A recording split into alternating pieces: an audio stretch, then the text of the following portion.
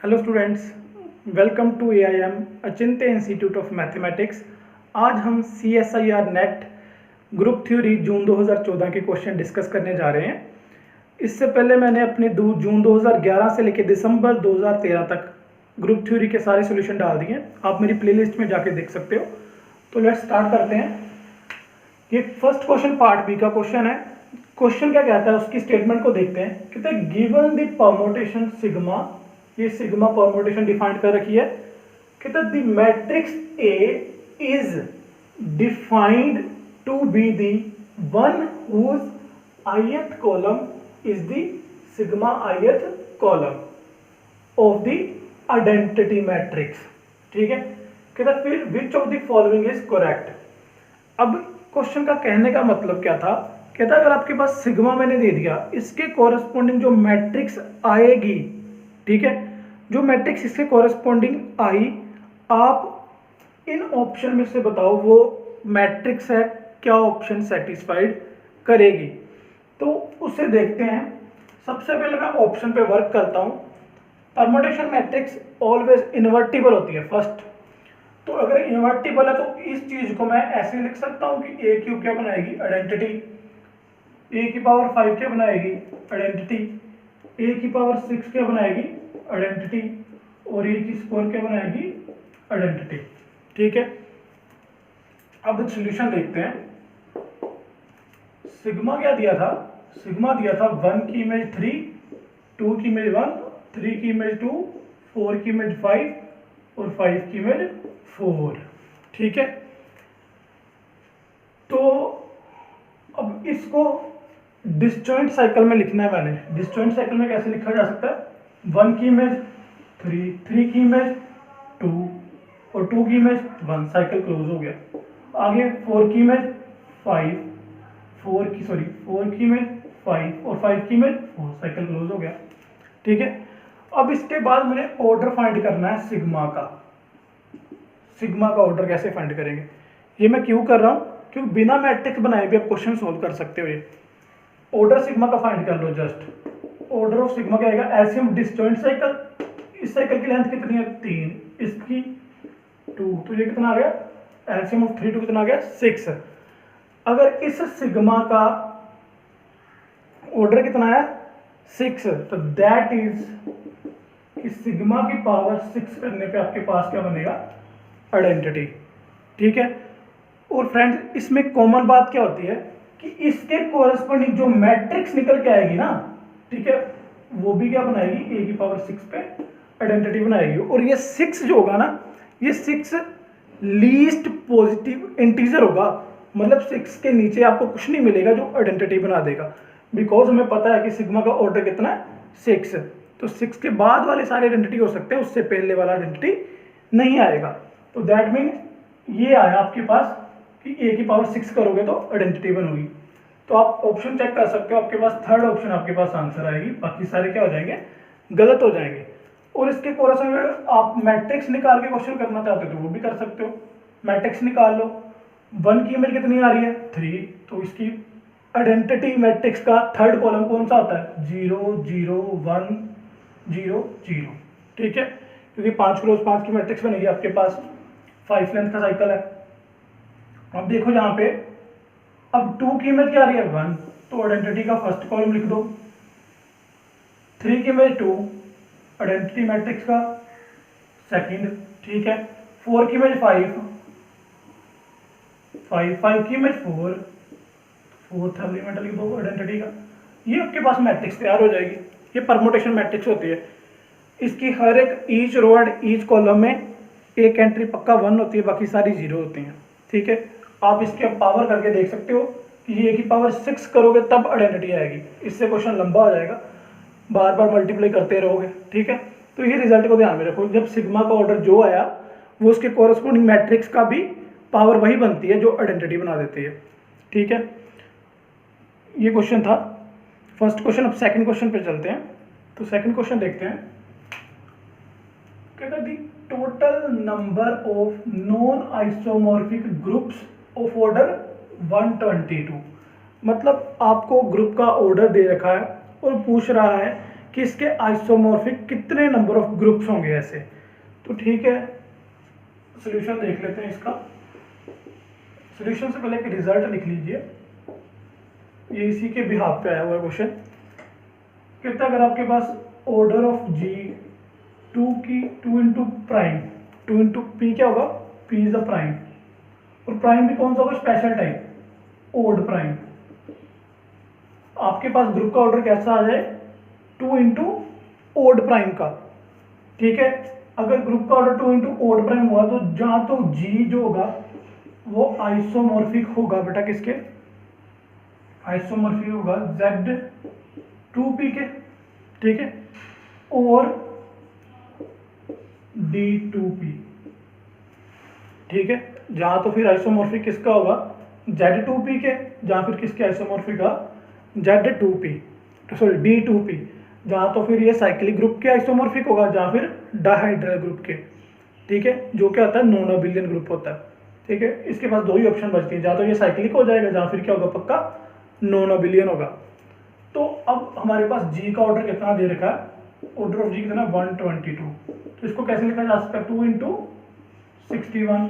अब हमको पता है ये क्या है, 61 इज अ प्राइम नंबर, और वो भी कौन सा, ओड। तो इस रिजल्ट को फॉलो करेगा। तो इसका मतलब जो आप जी आपके पास गिवन है 122 ऑर्डर का, वो किसके आइसोमॉर्फिक आएगा, जहां तो फिर आइसोमॉर्फिक आएगा जी Z122 और D122।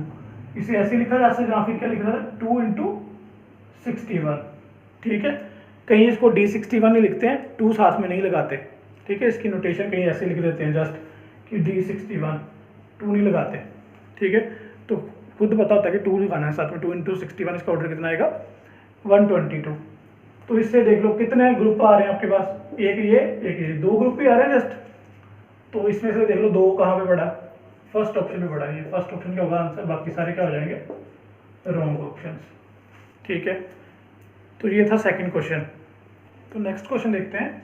नेक्स्ट क्वेश्चन क्या कहता है, suppose F positive dot is the finite field with 9 elements. ये इंपॉर्टेंट है कि फील्ड दी है फाइनाइट, जिसके कितने एलिमेंट्स हैं, 9 एलिमेंट्स हैं फील्ड में।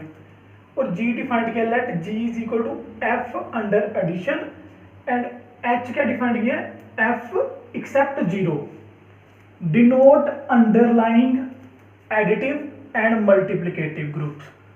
मतलब G क्या है, अंडर एडिशन ग्रुप, H क्या अंडर मल्टीप्लिकेशन ग्रुप।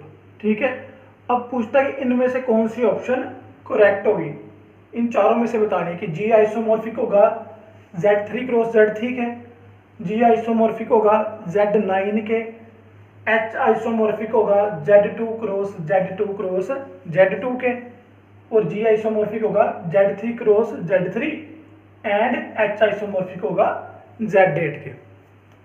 तो इसका सॉल्यूशन देखते हैं। सॉल्यूशन से पहले 2-3 रिजल्ट हैं वो लिख लेते हैं। फर्स्ट रिजल्ट है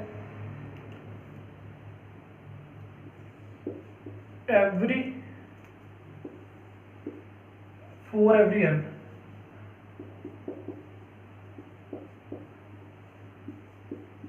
for every finite n Zn is cyclic. Zn क्या होते हैं, साइक्लिक। n क्या होगा, कोई भी फाइनाइट नंबर होगा पॉजिटिव। ठीक है, तो Zn क्या हो जाएगा, साइक्लिक हो जाएगा। Second, Zm cross Zn is cyclic if and only if GCD किसकी, Mn की कितनी होगी, 1 होगी। अगर GCD कितनी आई इसकी, 1 आए, तो Zm क्रॉस Zn क्या होता है आपके पास, साइक्लिक होता है। Third one, if F is finite field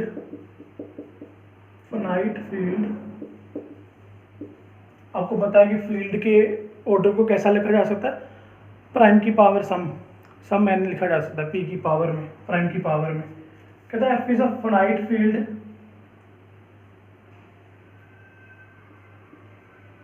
then F star means F except zero, ठीक है, इज साइक्लिक। क्या होगा ये? साइक्लिक होगा अंडर मल्टीप्लिकेशन,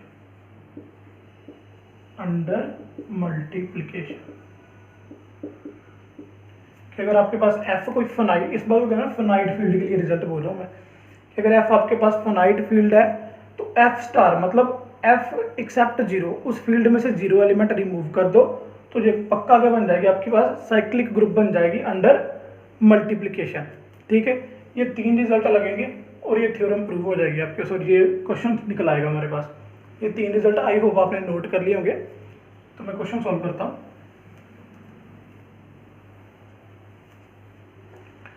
अब देखिए उसने फील्ड का ऑर्डर बोला हुआ है 9,